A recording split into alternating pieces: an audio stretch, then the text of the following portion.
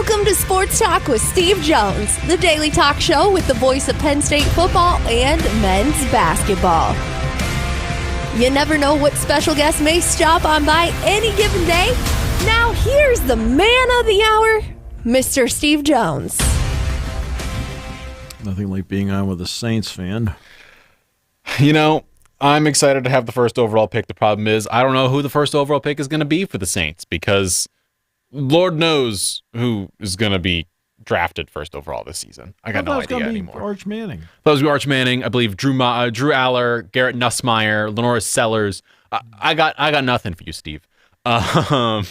It is bad. Well, let's start with LSU. Yes, Brian Kelly is now the second head coach to be fired this season. Is now, I believe, the second highest payout in at least in college. Is what, third highest in college football history now, I believe, behind Franklin, and then Jimbo was the highest one. Jimbo's the highest.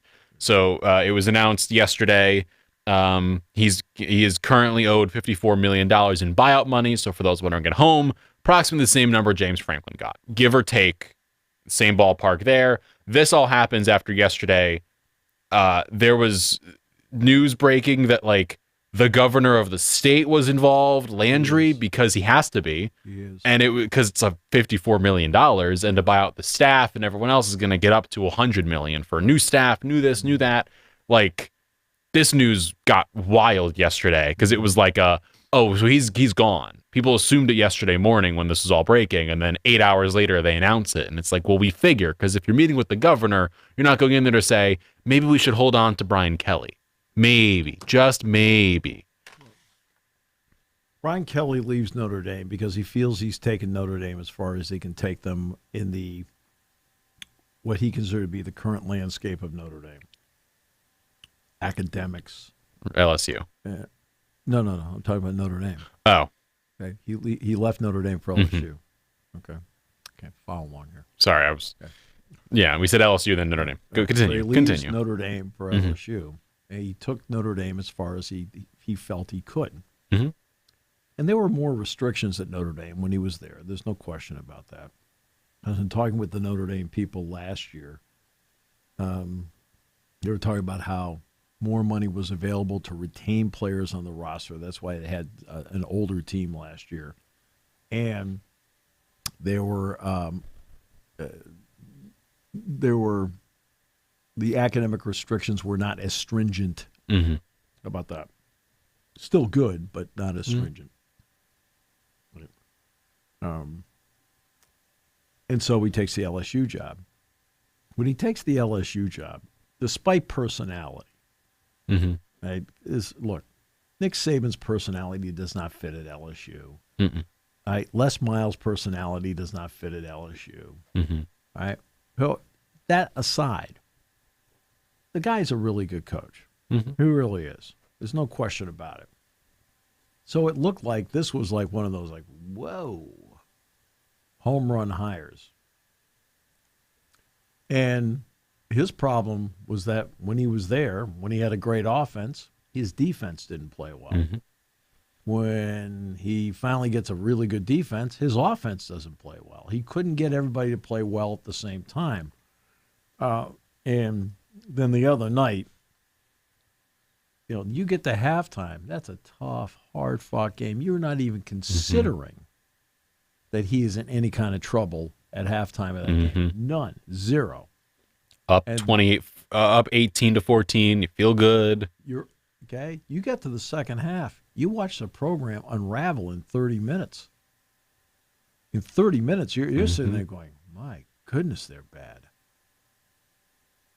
Right? And it was a testament to how good Texas A&M is at this moment. But it was also a testament to how far away LSU is. So they go through this rigmarole yesterday.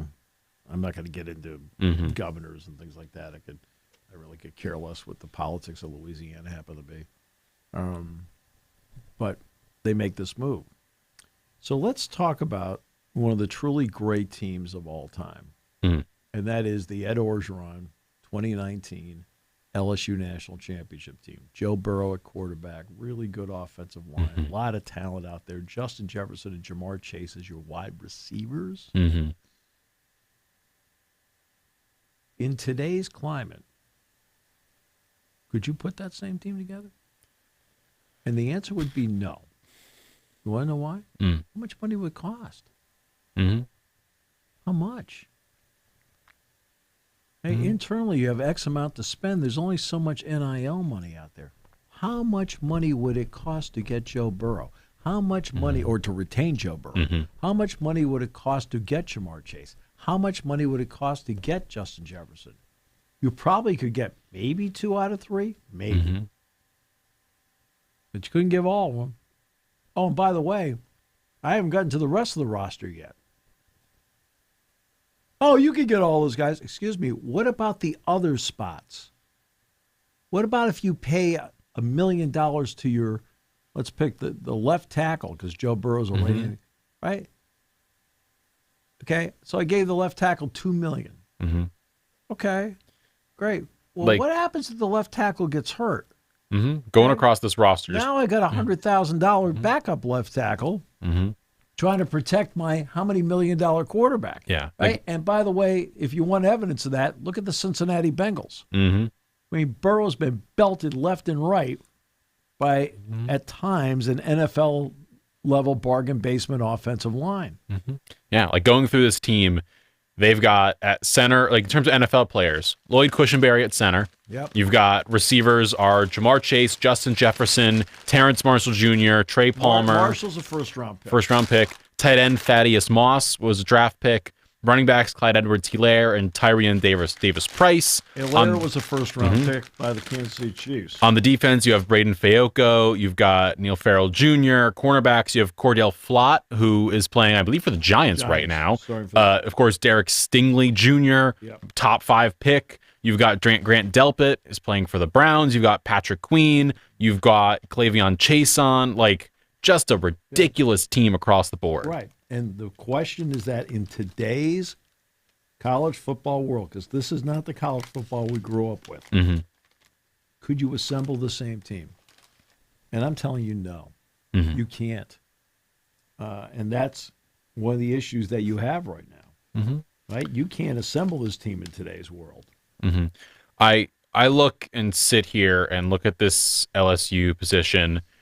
I think LSU got put into a position where if this game did unravel and everything did happen, with the way college football has been this season, with the fact that you look at, of course, what happened here in Happy Valley of James Franklin being let go, that factored into it because then they see, oh, well, we can do this. We can let go a coach with this crazy high buyout because if they don't think their team is good enough, we aren't good enough either. Like, we have to go and get better. And the SEC is only getting better. If you're LSU right now, you're sitting here with above you number 3 Texas A&M, number 4 Alabama, number 5 Georgia, number 7 Ole Miss, number 9 Vanderbilt, number 14 Tennessee, number 18 Oklahoma, number 19 Missouri, number 20 Texas, and that doesn't even include Florida, Auburn, South Carolina, and Mississippi State, who are all pretty good teams. Right. Like, there is so much competitiveness. The depth of the conference is really impressive. That's why Ole Miss winning at Oklahoma the other day was really impressive. Or Vanderbilt beating Missouri. It was a crazy good game. Yeah, I feel awful for Bo. Bo, it looks like it wasn't a break of his ankle. That is the reports out there. So it looks like he might be healthy for the end of the season. But regardless, it was a tough injury. And as you mentioned, feel for him. Yeah. Look, I know Bo. Yeah, I know. I mean, to know him, like 18 seconds later, like the world of this guy. So, in terms of college football openings right now, they are stacking on up in terms of end of it. Like, and yeah, you said this is not the end of it. You've got LSU, you have Penn State, you've got Florida, Virginia Tech, Arkansas, UCLA, Oklahoma State, Stanford, Oregon State, Colorado State, UAB, Kent State, all open positions. Of course, the top chunk in the big power conferences. It's Penn State, LSU. It's Penn State, LSU, and Florida. Penn State, LSU, Florida. The next year down is Virginia Tech, Arkansas, UCLA, and Oklahoma State. Like that, there is a lot of jobs out there. The question is, who are the people that are going to get hired for these positions? Because as we've seen, like teams are now locking up their coaches. Right. If there's even a hint of it, see Kurt Signetti, 8 years, $93 million. Right. They were like, oh, there's a chance he gets hired by someone else. Hey, Kurt, do you want $93 million? And he said, where do I sign? What? Well, he's also set for life. Yeah. He's 63 years old. He is locked in. Yeah. So let me start with what I think is very important. That's not talked about. You can outline every name you want. Name. Yeah. I've had a whole bunch of names suggested to me. Right. And as everybody knows, I'm not giving my opinion as to who it's going to be. It's not going to be me. Or Jason Lord, as I've heard rumors of. Okay. I do want to win.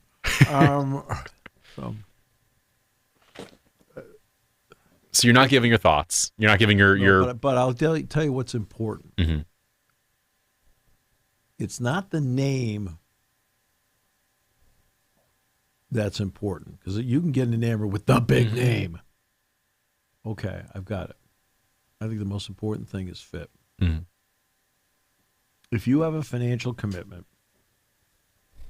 which you're going to have, you want to compete for a national championship, you have to have the financial commitment. It really is the starting point for everything. Can I acquire talent? Okay? One of the general manager hires always going to be really critical in all this. And then do I have somebody, that can coach? I mean, you're going to pitch somebody that can coach, right? And do they fit with the culture here? Right? That's a big part of it. Fit is important, right? I know you're going to be the single most important hire of Pat Kraft's career. I mean, simple as that. Has he hired a football coach before? Yeah, he has. But not of this magnitude at a place like this, and he knows it. All right? But it's got to be somebody that is a fit for Penn State, a fit for how things are done here, while at the same time has a tremendous coaching acumen that can then make a difference. Because in terms of acquiring talent, they'll be the closer when it comes to recruiting, but they're going to have a staff that will do the recruiting with the general manager, acquiring that talent. And then at the same time, not just acquiring high school talent to transition to college, but acquiring a transfer portal. Yeah. Right?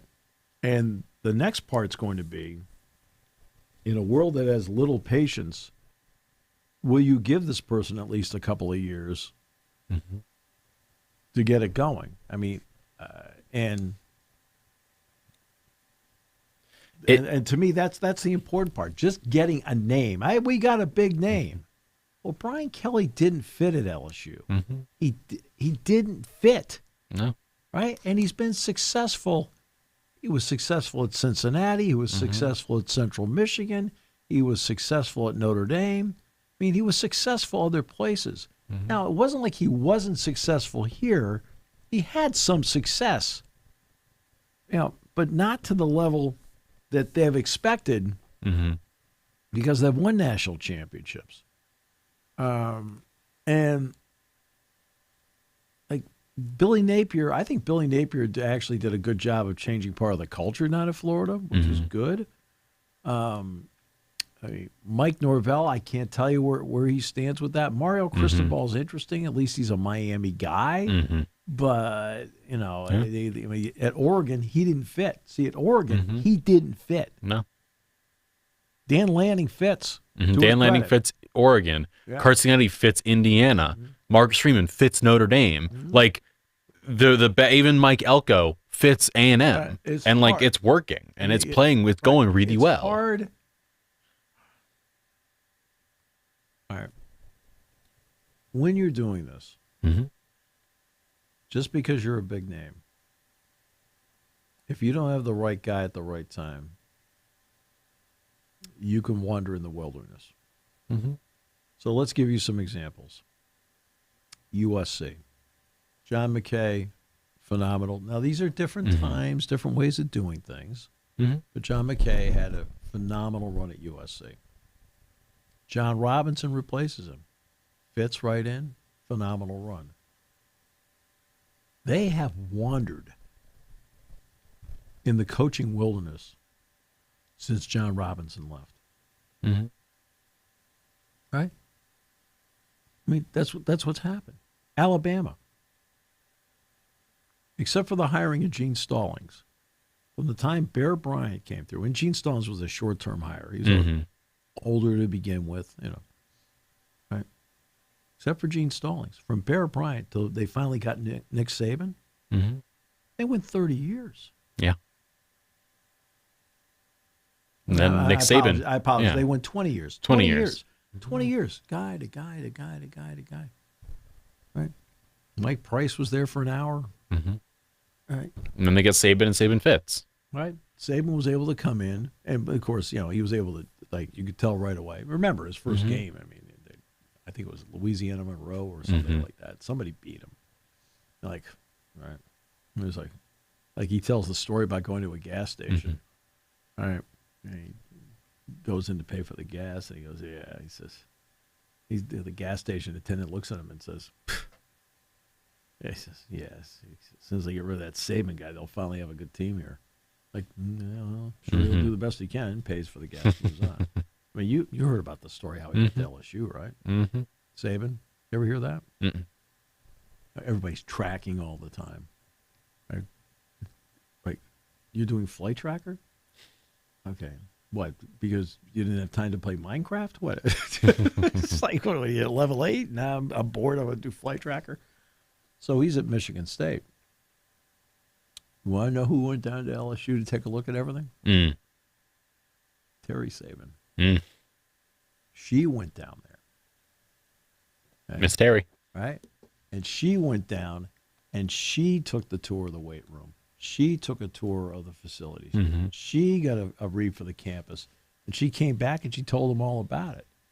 Right? And then when Nick's about to take the job, he says, he gets down there, and he says, there's a crowd in there beyond words. And he went back into the weight room and called her. He says, I don't know about this. Maybe we ought to go back to Michigan State. And she says, put your big boy pants on. That's what she told him. Right? It's like, okay. Right? But that's how they got around it. They sent her. Smart. He said, I think she volunteered, hey, I'll go down. Because they're not watching her. They're not watching her as to what she's doing. Like, well, no, if I'm watching Flight Tracker, went down to Baton Rouge, Nick's here. Oh, okay, it couldn't have been him. No, Miss Terry. Miss Terry finding her way down. Right. So, but think about all these jobs. Look at Texas. From Mac Brown to Steve Sarkisian. Wandered in the wilderness. We got the hot guy. We got Charlie Strong. And it didn't work. We got Tom Herman. He's the guy. Look what he did at Ohio State. Look what he's doing at Houston. We got him. And it didn't work. Just because you're somebody that goes in, it's not automatic. I mean, I can give you a whole bunch of other names along the way. I mean, look how Notre Dame wandered for years after Lou Holtz. They were all over the place with people for years until finally Brian Kelly came in and stabilized it. But they went through how many different people, right? Bob Davie, Tyrone Willingham, right? You're going on and on and on with different guys that were there. Just because you're at Notre Dame. I mean, I just named for you some of the top brands in college football. Since Larry Coker left, and he inherited a roster, since Larry Coker left, what's Miami done? A bunch of nothings. Right? I mean, they've never even played for the ACC championship, and it was supposed to be automatic they were going to be in it. Yep. Right? Jim Harbaugh was supposed to solve everything at Michigan. Well, you're like, well, he did. Excuse me. Up until 2021, he hadn't. What had he done? He'd won games, but he couldn't beat Ohio State. Mm-hmm. Penn State had beaten him 3 out of 4 years. Then somebody came up with a scheme. We'll leave it at that. And suddenly all that talent he acquired with a couple of advantages did great. Now he's with the Chargers. But, I mean, it took a long time for him to get there. A long time. Just because you have a brand, you've got to have the right fit. That's not easy to judge. Not easy to judge. I give Texas A&M credit, right? Okay. Jimbo, by the way, I think there are 3 quarterbacks out there. I think Marcel Reed. What year is Reed? Marcel Reed is, I can quickly pull him on up. Marcel Reed is a sophomore, yes. True sophomore or redshirt? Redshirt. Redshirt sophomore. Redshirt his first year. Yeah. Guess who recruited him? Jimbo. Haynes King. Jimbo. The quarterback at Houston who had a big weekend. Jimbo. To his credit, he recruited 3 quarterbacks that had a phenomenal weekend. Right? Houston is 7-1. Okay, O'Connor Weigman. Yep. Houston is 7-1. Texas A&M's what, 8-0? Yeah. Georgia Tech's 8-0. So the 3 of them combined are 23-1. Right? You know, yeah. It's like, I mean, but again, did he? Okay, he comes down there, and it's like, just because you're a brand name doesn't mean you can't wander in the wilderness. You know who's impressed me the most this weekend? Getting to another college football story I want to bring up. The Mean Green of North Texas and Drew Mestemaker, the freshman, they're a good team. Walked on because he wasn't able to get he was no star, no nothing, walked on North Texas, and in the most recent game against Charlotte, throws 608 yards, 4 touchdowns, and is now sitting here as a freshman as like the big new guy, where he's sitting here this season, 2,400 yards passing, 21 touchdowns, just like he's second in the nation in passing. He is on fire. Like, sometimes you don't need to go get as you said, the big name. You don't have to get the big name at quarterback. You don't have to get the big name anywhere. The best guy is the best guy. In this case, he walked on, proved himself, and is the guy, and is lighting it up for North Texas. And you look at Mendoza at Indiana. Was he the hottest commodity this offseason? No, but he was very good at Cal, though. He was very good at Cal, but was he like, oh my gosh, this guy's going to go and be the greatest quarterback in college football this season? No. No one really thought anything was none the wiser. Yeah. And, and Penn State, they've got Maryland first. And he's now sitting here with the most touchdown passes in the nation at 24, 3 interceptions, like almost 2,000 yards passing, and is leading this Indiana team. And he's now in the top tier of quarterbacks this season because he's just playing really, really well. Yeah. His brother stepped in and played a little bit too on Saturday. Yeah, stepped in, played well. He was cheering. I saw I was watching it, and when his brother, Albert or Alberto, ran it in. I think it's Armando. Armando, he ran it in, celebrated, and like running on the sideline, jumping up and down for his brother. It was a really awesome thing. Yeah. And he's sitting here with a 73% completion percentage. It's crazy. And he's playing incredibly well. You don't have to be the greatest player every season to be the guy at a school. And he's playing well. He's lighting it on up. Heck, Julian Sayin, yes, was a really big recruit. Finally got to shot this season, is playing incredibly well. But 80% completion percentage. Julian Sayin waited a year behind Will Howard. Yeah. Okay. This is where, you give a guy credit when they wait like that. Dante Moore waited a year behind Dylan Gabriel. Remember, Gabriel went to Oregon first. Moore followed. And he was told, you're the backup this season. He's going to be the backup guy. And he did it. Julian Sayin, he and Howard went back and forth. They picked Howard, the veteran. Sayin stayed. Right? So, I mean, patience has paid off for some people along the way. I mean, it has. And Sayin's been, he is a very talented player who has a very talented wide receiver core. Obviously, we all know Jeremiah Smith is terrific. We know that. Carnell Tate. But nobody talks about Carnell Tate. My gosh. Now, Jack and I have talked a lot about Carnell Tate because we think Carnell Tate is a special talent. He stretches the field beautifully. Mm-hmm. He's incredible at running back. They, of course, have Bo Jackson, C.J. Donaldson. You've got Max Clare, of course, the tight end. C.J. Donaldson. C.J. Donaldson, yeah. Yep. And, Peoples, they thought might be the guy going into the season, but Bo Jackson's emerged. Donaldson was rock solid. A little lighter, maybe about 7 pounds lighter than he was when he was at West Virginia when Penn State played him last year. He's a good running back, though. Oh no, he's really. Yeah, no, that's the point. He's a good running back. I think Max Clare. It's interesting. Produced 2 best players last year were Max Clare on offense, no question, and Dylan Thieneman on defense. Yeah. Well, one's at Ohio State, the other one's at Oregon. And both are starting for those two of the top teams in the nation. Both are fighting to be on the all-conference ballot somewhere. Yeah. I mean, Thieneman probably is a first-team player. But I would have thought that about him at Purdue last year anyway, because I think Dylan Thieneman is really that good. Incredible. But you do need to have the fit. And I think that ends up being the important part. Kirk Ferentz has been a tremendous fit at Iowa. Yes, are there people saying we got to move on from him a couple of years ago and the whole thing? Yeah, but the guy can coach. He has his way of doing things. And guess what? Is anybody complaining about him now? No. I know he just got run out, but P.J. Fleck's a really good fit at Minnesota. Yeah. He's a really good fit at Minnesota. Is Luke Fickell a good fit at Wisconsin? I mean, that's something we don't. We can debate that. It's a big question. Right? I mean, Greg Schiano's a really good fit at Rutgers. Okay. I mean, fit means something. Not everybody's a national championship contender, but do you have the right person there? But this is a high-stakes financial game now. Okay, we can talk about the buyouts all we want, which are important because they're going to show up in the budget somewhere. I got that. So that I understand.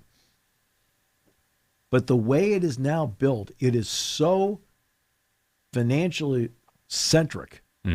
Everything is about, I got to have 95 to 100,000 in my stadium. I actually needed to be at 110. I need to, do this in basketball because I got to have my basketball program being a really good supplemental because there are no supplemental programs after that.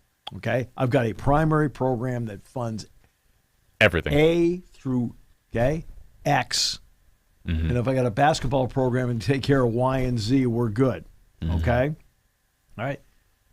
I know that, there's always going to be like, well, what about that? Just I'm talking money here. Okay. Okay, I'm not talking about success. Okay, you need those programs to give you success because they bring in more money. All right. Hey, when you sit down and you look at the TV contracts, they are for 2 sports, one primary and one supplemental. When you look at the radio contracts that are put together by these people, they are for 2 sports, one primary, one supplemental. I always love when somebody says, well, if it wasn't for the TV money, basketball, excuse me, do you want to give it back?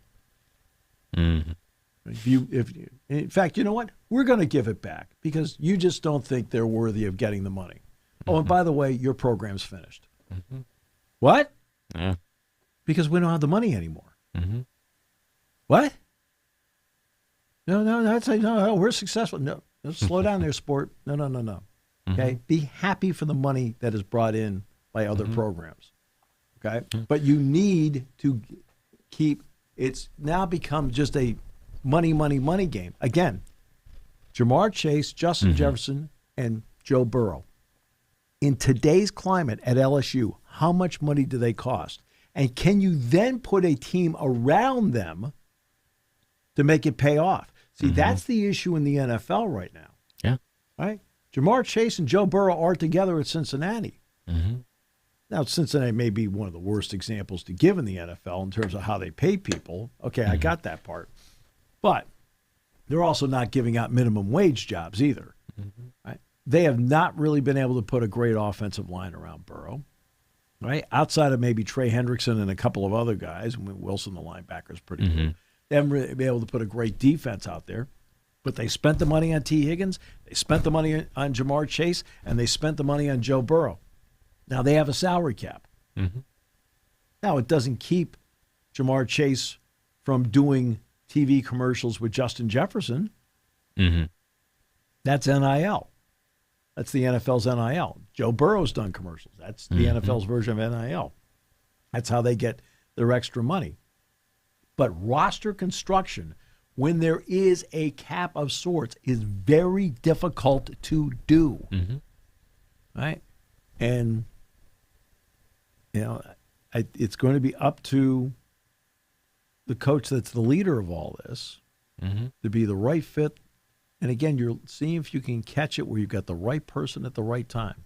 And it's one thing Penn State's always had, Kyle. Mm-hmm. They've always had the right person at the right time. Even going all the way back to the Hollenbach's coaching, to Hugo Bezdek coaching, to Bob Higgins coaching.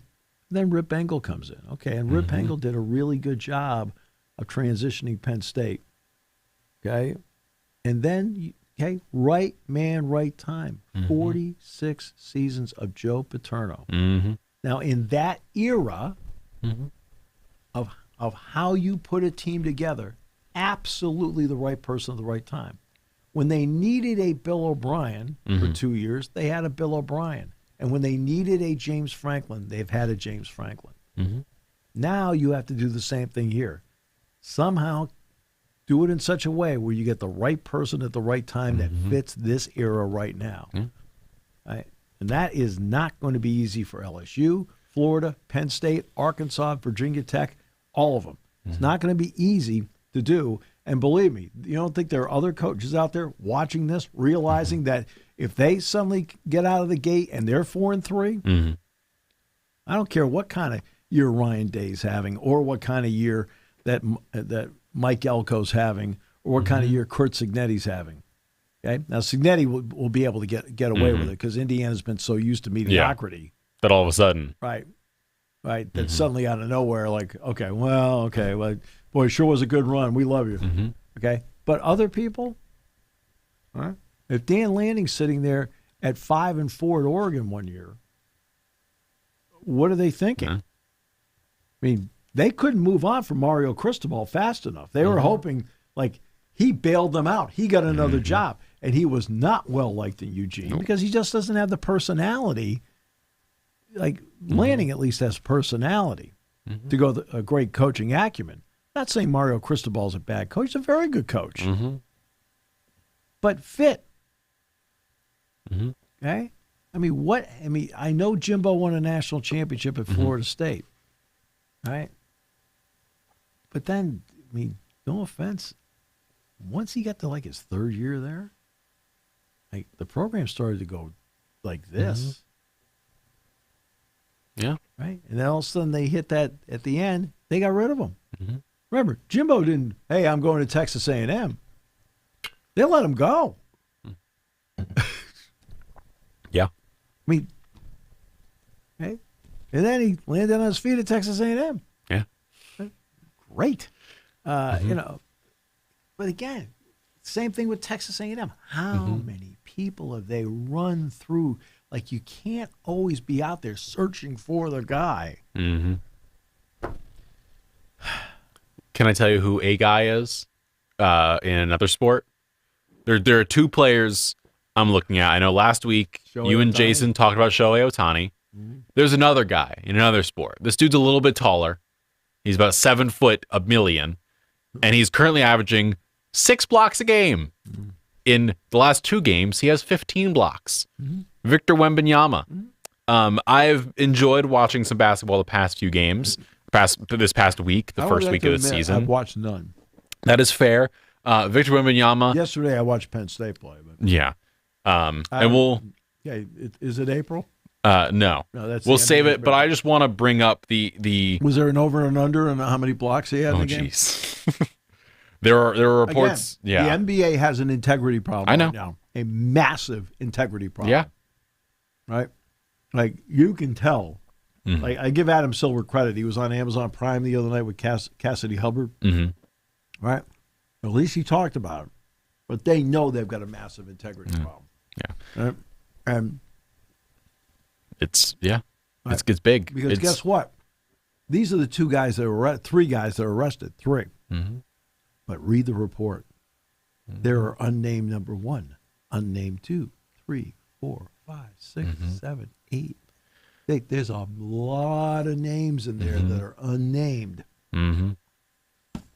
Where you start matching up resumes, and it's much deeper than people realize. Yeah. They've got a huge problem. By the way, let me give you one World Series story you're going to love. Well, before we get to the World Series. No, this is a better story than the Wembanyama thing.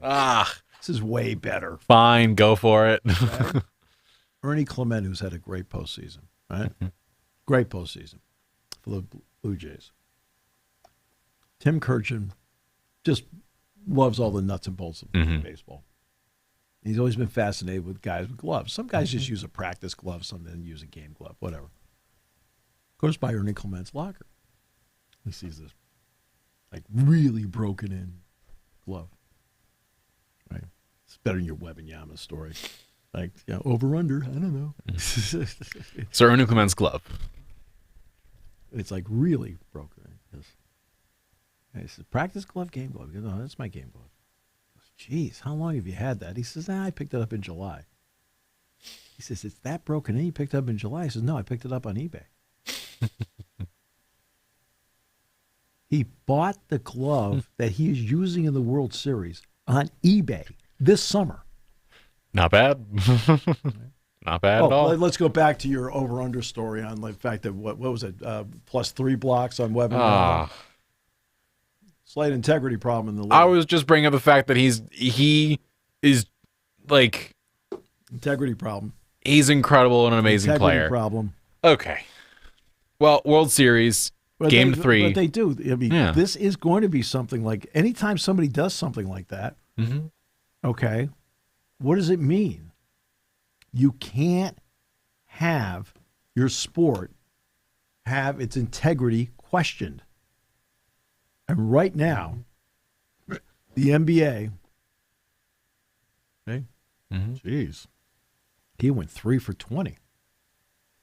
What does that mean? Well, it may have been because he missed 17 shots.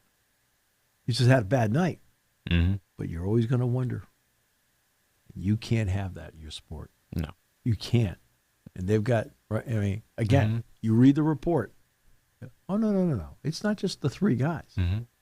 Unnamed 1, unnamed 2. Ding, ding, ding, ding. Notice how they figured out unnamed 8. Resume-wise, matches up with Chauncey Billups. Matches up to a T with Chauncey Billups. Right. But there's also all these other unnames. Like, okay. Like, in other words, you got out of it, but, right? You weren't a big enough fish maybe for somebody to get you. But that's a problem. So Wembanyama's off to a great start. They quietly, by the way, put up a banner for Greg Popovich. They didn't make a big deal of it. Yeah. Which is nice. I've never been in the same room with Popovich. We have mutual friends, right? So like people that are friends of his that are friends of mine. And in talking with them, they think the world of him. Okay. I mean, I'll buy that. I mean, these are people who are my friends. I trust them. Unlike Jerry. Yeah. But my point with Wembanyama here is the fact that to start this season, it's historic. It is not. I'm not going for the historic part. I'm going for the gameplay part of it, like watching the actual game. Because I get to go to Penn State basketball games and sit with you and Dick Girardi. Is he a third year guy? Victor Wembanyama. This is his 3rd season. Right. Yes. It's about the time you would think everything would kick in for him. Yeah. Well, part of it is last season he was out for the majority of it due to the blood clot issue in his shoulder. Right. So happens, and that's a freak thing. Like, okay. But now all of a sudden, this offseason, there's all these stories of like, oh, he's going and spending time with like Monks and like Hakeem and Kevin Garnett. And all of a sudden, Victor Wembanyama, before this season, would sit here and was trying to shoot like 7 threes a game. He shot almost 9 a game last season. He's now got that number down to at most 4 per game. Smart. And you know what the difference is? He is now sitting here trying to dominate every game. He doesn't care if he's trying to shoot the ball from 3. He's just going to get the ball. Looks like he's done the same thing Giannis did when he got bigger and stronger as he put on muscle and but just is annihilating people. Yeah, but you're missing something else that's important here.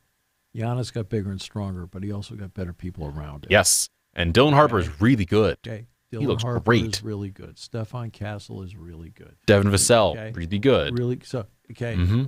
Getting better people around him allows him to have the freedom to do what you're talking about. Yeah. Giannis had the freedom to do certain things because Chris Middleton really arrived. And Drew Holiday. They got Holiday. They Brooke got Lopez. Right? It's always the star gets all the like going, and I've always looked at like, okay, what's around the dude? So you're saying Giannis isn't better with Kyle Kuzma around him? Is that what you're saying? That's exactly what I'm saying. But that's a big part of it as to who do you have around you. I mean, when LeBron ended up going to Cleveland, I mean, we can kid about Kyrie Irving all we want, but Kyrie Irving, and Kevin Love made a difference along with a couple of role players. He's down at Miami. Okay, same kid that hit the big shot for Kansas in the national championship game is the same guy hitting big shots, and he's the fourth option with the Heat. Yeah, he's the fourth option with the Heat. That's a heck of a fourth option. Is he a star? Is he the number one option? If he went to any other team, would he be the number one option? No. But he makes winning plays as the fourth option. Yeah. Okay, and that's why team construction, football, team construction, okay, basketball, team construction, hockey, team construction, over and over and over again. Anytime you're in a team sport, it's the total construction. And yes, it is an absolute luxury to have a massive talent like Victor Wembanyama. But Victor Wembanyama alone netted them, 19 wins? His first year? Yeah. Was it 19 wins they had first year? His first season, it was 22 wins. 22 wins. Okay. Now, so you draft 5th overall, you get Stephon Castle from UConn.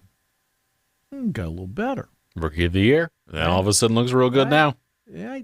Then all of a sudden, hey, the lottery works out. You get Dylan Harper. Guess what? We're a little bit better because now we're constructing a team around the mega talent. The mega talent alone cannot take you home. Okay, cannot. They have to have people around them. Steph Curry needed Klay Thompson. He needed a guy like Draymond Green to do dirty work.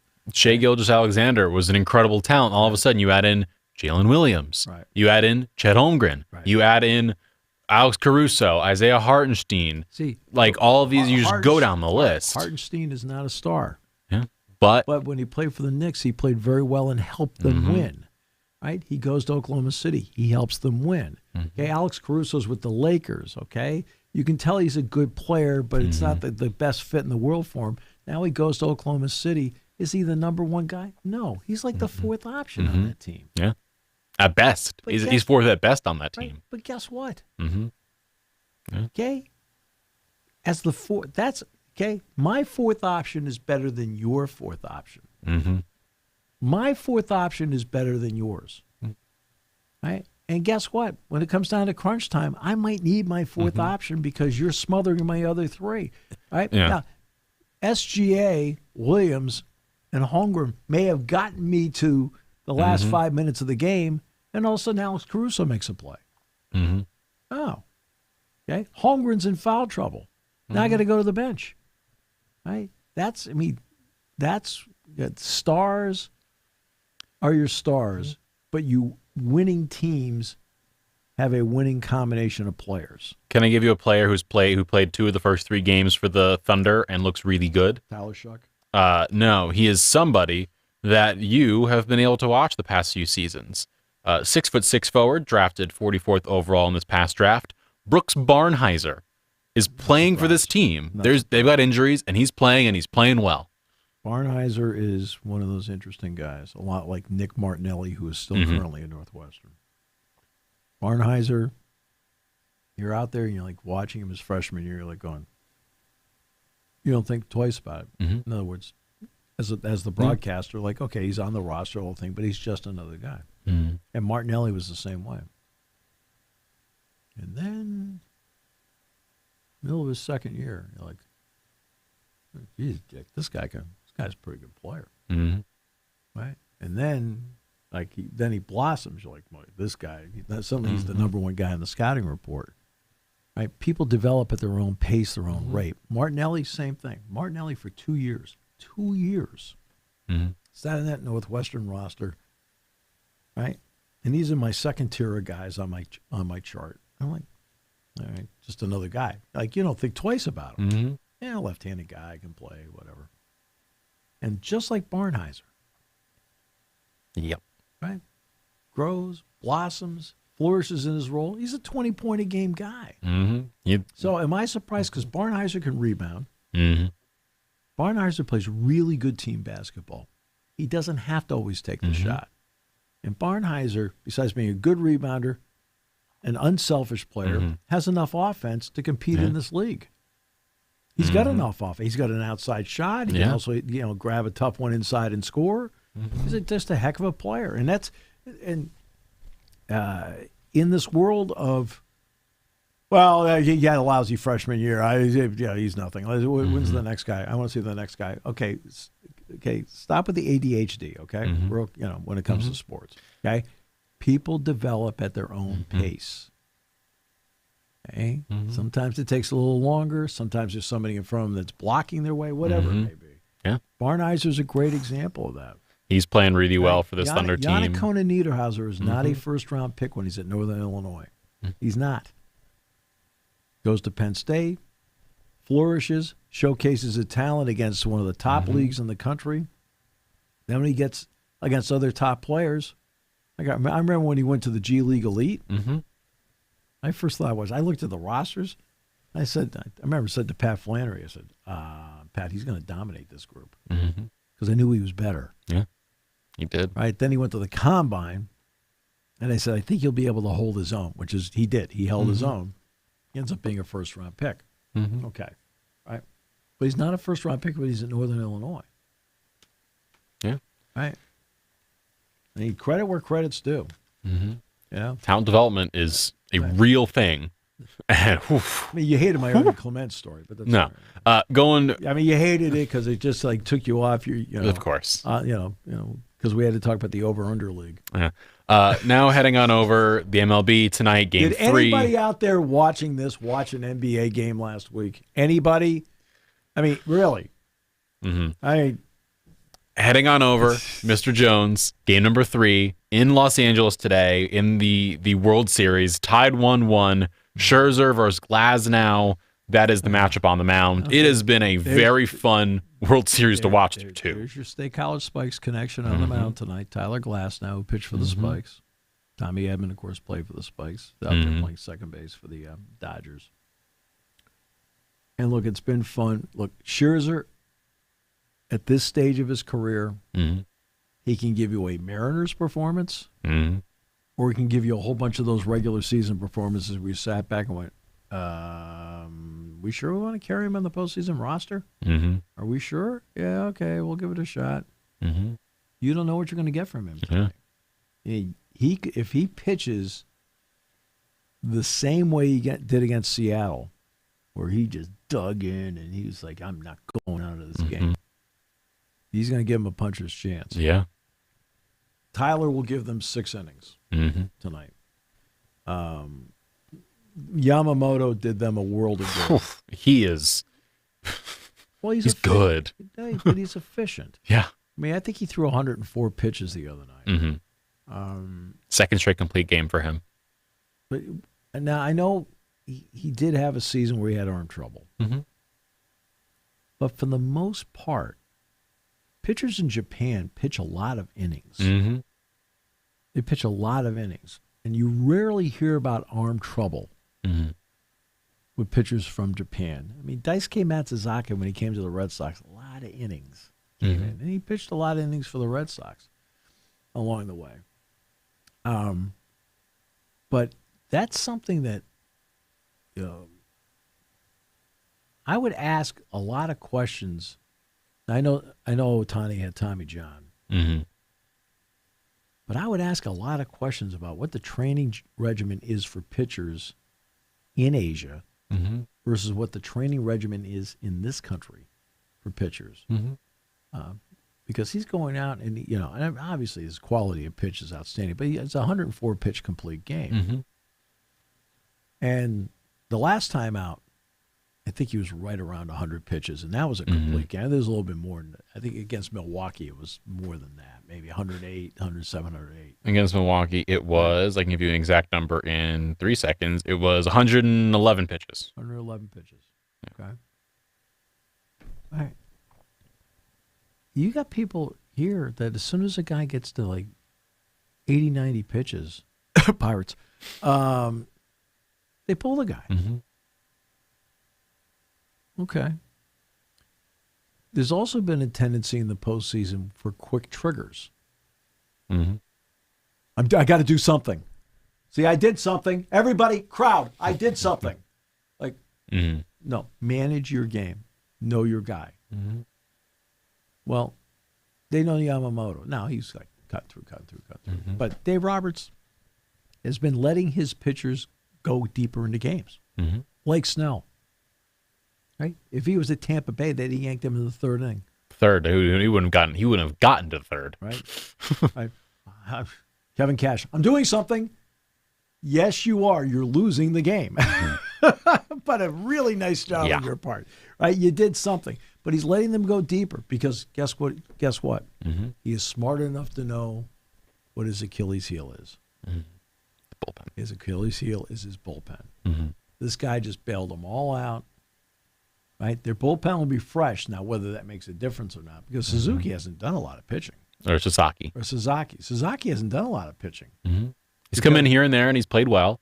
Yeah, but they've had so many deep runs by pitchers, they haven't really used them that much. Mm-hmm. Toronto the other night, with the big lead, ran out pitchers 9 through 12. Mm-hmm. Okay? And they sort of did that the other night, too. Yeah. And so the question's going to be with Scherzer, can he give them 6 innings? Mm-hmm. Tyler Glass now, I can tell you, he'll give you a minimum of 6. Mm-hmm.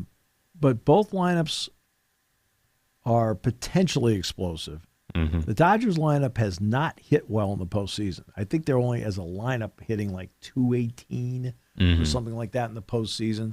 I mean, for all he's the greatest player in the face of the earth. No, he had the greatest game ever. But he's been slumping this postseason. Right. Well, but he homered in game 1. Yeah, that's terrific. It was in the 9th inning. It was like when the great comment that Bob Uecker made one time. He said, "Hey, the grand slam was big hit, made the final 13-2."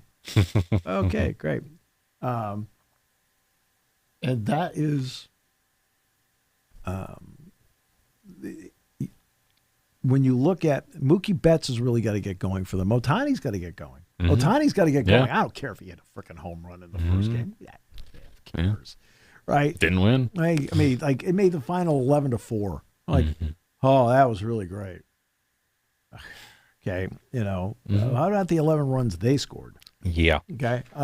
So next 3 games are all in Los Angeles. They're there tonight, tomorrow, and Wednesday. And then if they make it to Game 6, those will be back in Toronto, Game 6 and 7 on Halloween, and then on Saturday. Yes. So we're right in the thick of it with the World Series. But Betts has got to get going. I think Max Muncy's got to get going. Now, I'm not surprised Smith homered the other night. He's been, ever since he came back from the IL, he's really hit the ball. I mean, he's a heck of a catcher to begin with. Alejandro Kirk, God, I'd like to know how many doubles he has, because I think he's all singles and home runs. I mean, I still go back to that game in Toronto in September, where the game ended when Willie Abreu and a base hit. It wasn't a base hit. Threw him out at first base on your basic 9-3. He has 18 total doubles on the season. He also has 2 this postseason. So he has 20 total this season, regular and post. Kirk for doubles. They had to be hit to a certain spot. It is. And Kirk, look, let's talk about the pluses. Okay, he's got power. And not only that, Kirk uses the entire field. He is not afraid to take a pitch and go the opposite way with it. He's not about driving the ball all the time. But as a base runner, I mean, when they had the bases loaded the other day, did you see the lead he had at third base? I'm sitting there like, I think Muncie was playing third at the time. So Muncie's off the line and up on the grass, and Kirk is like 3 to 4 feet off the bag. Like, you can go out maybe 3 more feet, maybe a little bit further. But like, you talk about a guy that doesn't trust himself running. That's him. Clements had a tremendous postseason. He's been great. Now, they did not play Bo Bichette in Game 2. He's back, My but guess is he plays tonight, and they'll play him at second base. They're trying to be careful with him. I think not playing him, that was, hey, you played a game, you need a rest. All right, we've already got one here at home. Let's slowly work you back in. Now I think he plays tonight. I haven't seen the lineup yet. Yeah, I don't believe the lineup is out for tonight. Is the lineup out for tonight? I don't believe it is. But he sure does give them something in there. I'm sitting there this morning, and I had to do just not much. By the way, Oliver for the Bills. Ed Oliver tore his bicep. Yeah, I mean, it's like there's too much of that stuff. I don't ever remember growing up pec injuries and bicep injuries.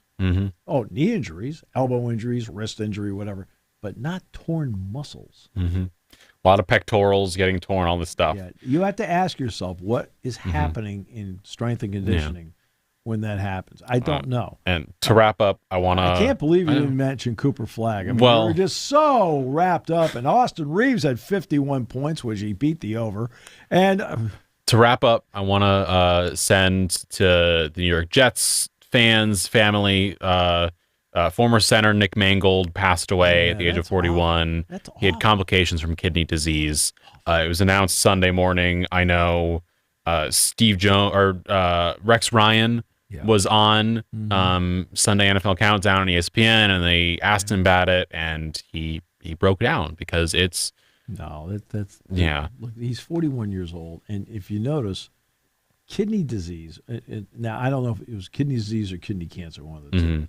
Okay, but I'll get to the kidney cancer part of it.